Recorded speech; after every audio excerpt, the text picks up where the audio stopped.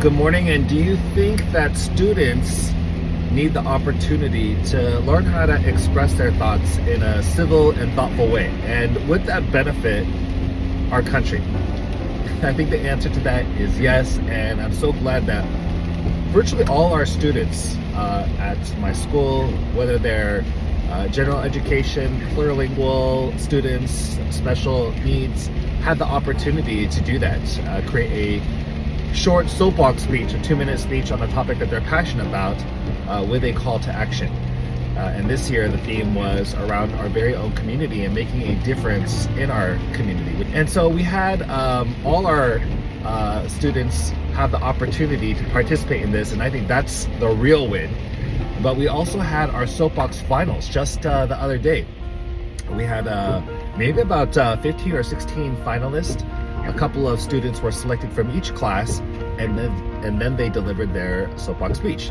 Now, on that day of the event, of course, we're having a place that's super welcoming for students, to let the students know, hey, we value their words, we see them, we embrace them.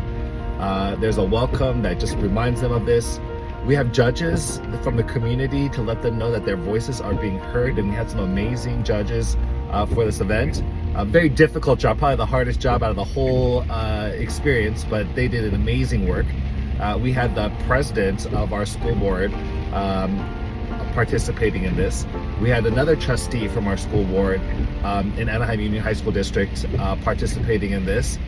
We had a representative from Empowered, an organization that supports schools and academia and entrepreneurship, participating with us, along with one of our community partners, a local church called Ambassador Church, also partnering as one of the judges, and of course our principal. So the 5 judges were there, and I think they themselves were a reminder for the students that their voices are being heard, because these aren't just speeches that are being delivered on a variety of topics, but real needs in the community, once again presented in a civil and thoughtful way. So once again, each of the students presented so well. We began with a wild applause, not just a regular applause, but a wild applause, so that the students would know that, yes, you are seen, you are embraced, we welcome your words, we welcome your presentation. And one by one, each of the students had a chance to present, while the judges used a rubric to tabulate the scores for each contestant. And then by the very end, then we gave the judges an opportunity to share their thoughts as well, and they're so impressed as they think about our young people. When you think about our young people, do you think do you get hopeful for our future? I'll tell you this: when students are delivering speeches on topics that they care about in their own community in a civil and thoughtful way, I think it would make you hopeful. And I would have to say the students are ready to talk about serious things, issues that matter. They're not and my group was middle school students. They did not shy away from some of the difficult topics, including mental health, suicide, poverty, homelessness. I mean, just all the topics that I guess are pressing on their minds as they look around their community and think about what can we do to make a difference. This year we also had a first of a kind. So this is our 6th annual soapbox competition.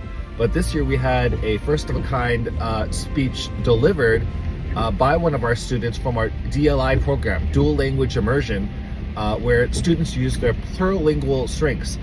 What that means is they're able to move from language to language. So as we think about the future of California, or being globally competitive, or even competitive here in California, what would be a strength for students? Would it be a strength for them to be monolingual or plurilingual?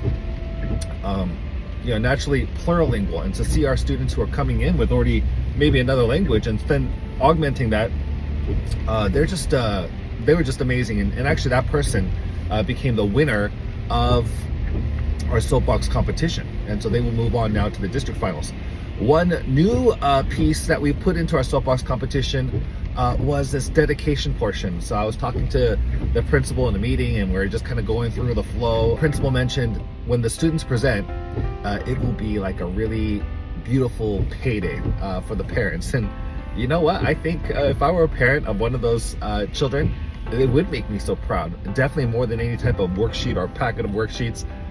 Just seeing my child present on a topic that they care about so thoughtfully, so civilly, I think that would bring a lot of pride. That would be a payday, but we also symbolically bought some paydays, like chocolate bar paydays, and had the children present it to their parents, just really thanking them for their own story of resilience, their own voice that allowed them to be strengthened for an event like this.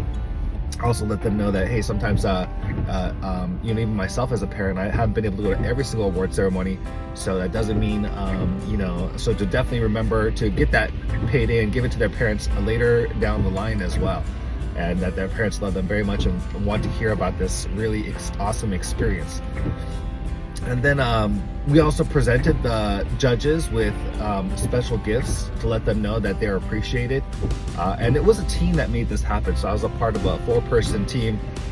There was a teacher who worked with the electives department to kind of get some branding, like South Talks branding, on a small little box that resembled a soapbox, and arranged that gift basket for our judges. We also had a person who helped archive a lot of the tools and documents that we use to put together the soapbox speech, so that if we were ever do it again, and the instruction, the event, all that could be archived in one place. We have a website was developed. We also had a person who was kind of looking through the logistics of how to register the students, how to submit the names, how to bring these names forward.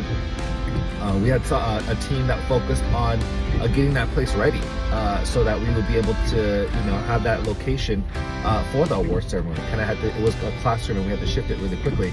So we had a team focused in on that. So many different hands involved in this, and I'm so glad, because I think when you run a big event like this, which is inviting so many important people to be involved, it's good to have many hands. Many hands make the work light, and also many hands build sustainability, many hands build leadership capacity.